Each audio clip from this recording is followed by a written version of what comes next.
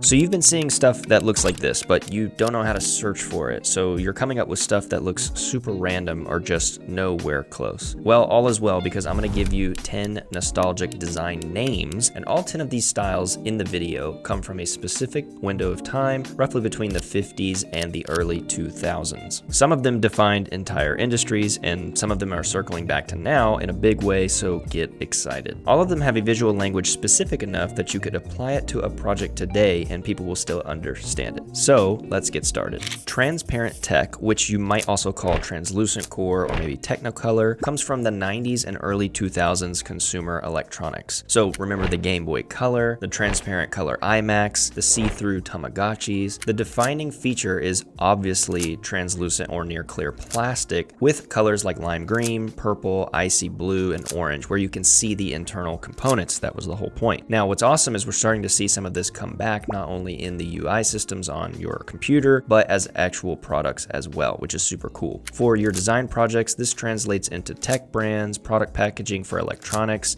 maybe app icon designs, and if you're into print on demand, maybe create some designs with that 90s nostalgic look and feel, or maybe even references to those 90s style designs. Memphis Design is a graphic movement from the early 1980s. Now, it was created by a design collective called the Memphis Group based in Milan.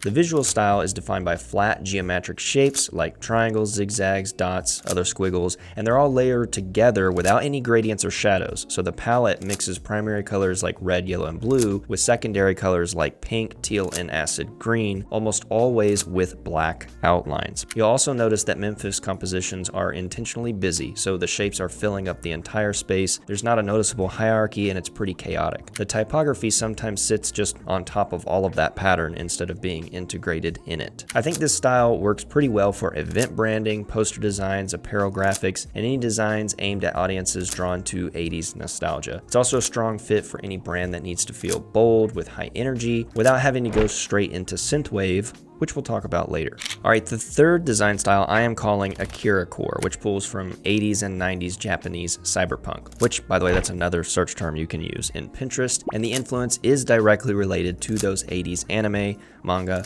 and the street level visual culture of cities like Tokyo. The palette uses near black or dark colored backgrounds with bright reds, pinks, blues, and sharp yellows that cut through. Japanese typography will probably come up in your searches with both the kanji and the katakana, and they appear frequently as a design element, and sometimes both the Japanese and English will be paired together or even on top of each other. You'll also notice some cinematic framing here with motion lines, heavy contrast, dark environments, bright light, and there's a visual tension usually between technology and humanity. The style is broader than any single film series. I think Akira, Ghost in the Shell, followed by Cowboy Bebop are great examples of this, all of which I think are incredible shows. Now, this style works well for apparel graphics, music and event branding, gaming adjacent content, and any editorial illustrations because it has that cinematic skyline background to it. Album covers also come to mind as some projects that would work well since the framing can lend itself to a smaller format.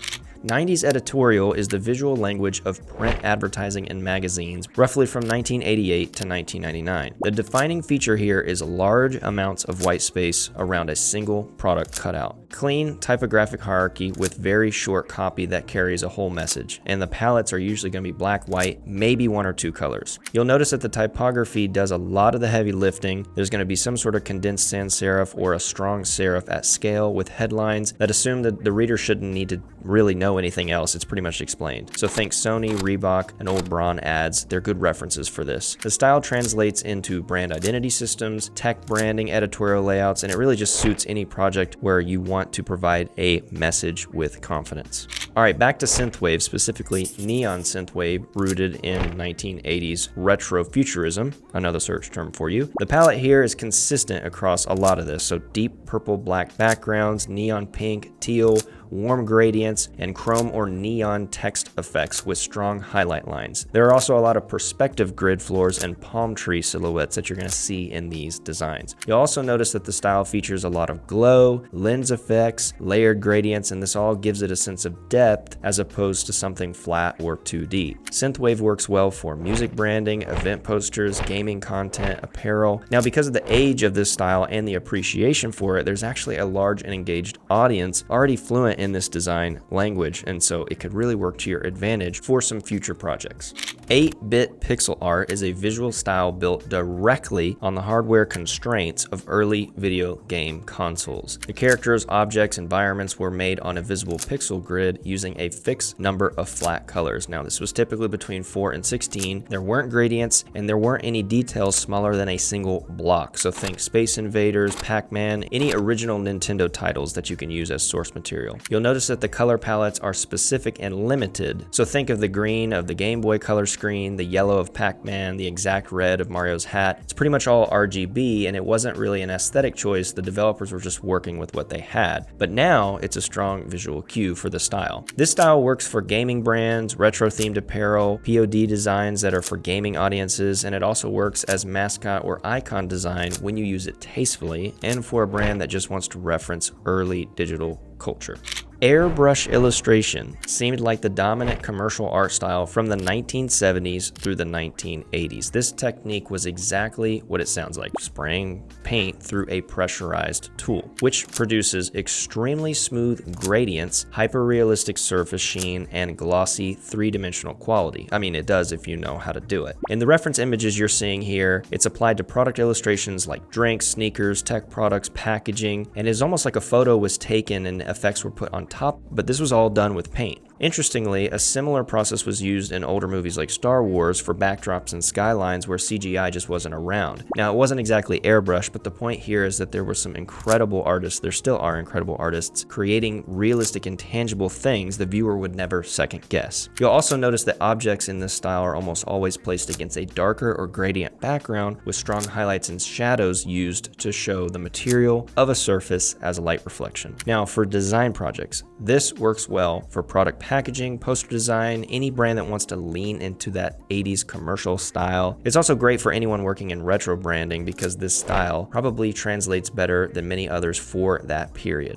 All right, let's go back a little further in time for pop art, a visual movement from the 1950s and 60s, which took imagery from commercial culture, comic books, advertising, things like that, and they're using it as subject matter for graphic design. The visual markers are this Ben-Day dot, a halftone dot pattern from cheap color printing. There's gonna be black outlines, flat primary fills, high contrast. Roy Lichtenstein and Andy Warhol are the most referenced figures here if you would like to read up about the history. Now, what we're showing you here is probably a little bit more vibrant and clean. We're pulling these from Pinterest, and the halftones here and other color methods are kind of intentionally done as opposed to a mistake or an accident. You'll also notice that the text is used as visual elements at scale, so you're gonna have automatopoeia like a pow or a boom, a bang. You're also gonna have text inside speech bubbles like a comic book, or you might have them as decorative headlines. And I like this style because it kind of flattens everything to the same visual weight. Now, pop art translates well into poster designs, apparel graphics, maybe some packaging that needs to feel really bold or immediate, or maybe even campaign branding where you want it to be very loud and very noticeable. Risograph is a print style that comes from a specific machine, the Risoduplicator, which is a Japanese stencil printer developed in the 80s. The visual characteristics come directly from how this printer works. Ink was applied one color at a time, layers overlap, they misregister slightly, and they create a visible offset between colors. The ink is also porous, it's kind of slightly grainy, and it gives it that texture which is distinct from any other print process. Now, we have a video or two already on the Risoprint and the Risograph style here on the channel, so if you're into that, we're also showing you how to make it in Kittl, so make sure you check that out. You might also notice that Riso work uses a maximum of 2 to 4 colors, and the combination tends towards unexpected pairings. So you're gonna have fluorescent pink, teal, maybe yellow or navy, and the colors have a slightly faded, washed quality because the inks aren't fully opaque. Now, this style works well for event posters, music packaging, zines, greeting cards, any brand that wants to communicate an indie or handcrafted printed quality. It's also one of the most effective styles for digital designs that are meant to look like they were physically printed. limited because not everybody has the money to go out and buy one of these printers, but you can do it really easily. And again, we have tutorials on how to do this in Kittl if you want to try it out right now. The link is in the description.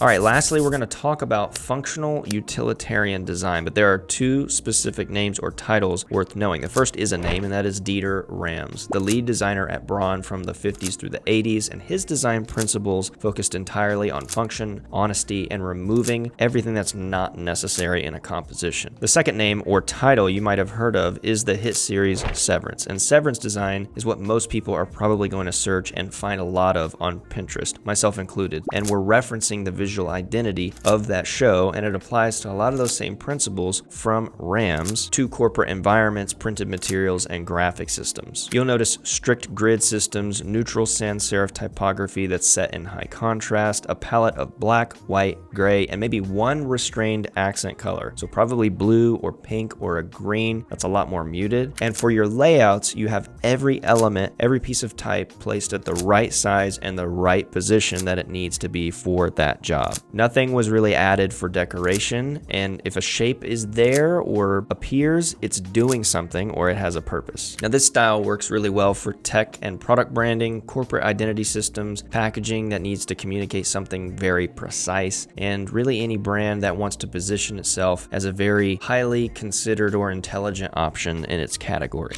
All right, there were 10 nostalgic names that you can now go search along with some other search terms. We used Pinterest very heavily for this one. I'm sure you can find some other options on just Google or on Instagram. And if you have one in mind that we didn't mention, make sure you go down and comment down in the comments so we can check it out and maybe make a future video about it. Again, a lot of these styles we have in Kittl, whether it's elements or fonts or templates that are already ready to go for you. So make sure you sign up to check those out. The link is down in the description. And of course, while you're there, make sure you subscribe so you don't miss videos just like this one. Thank you so much for watching, and we will see you in the next video.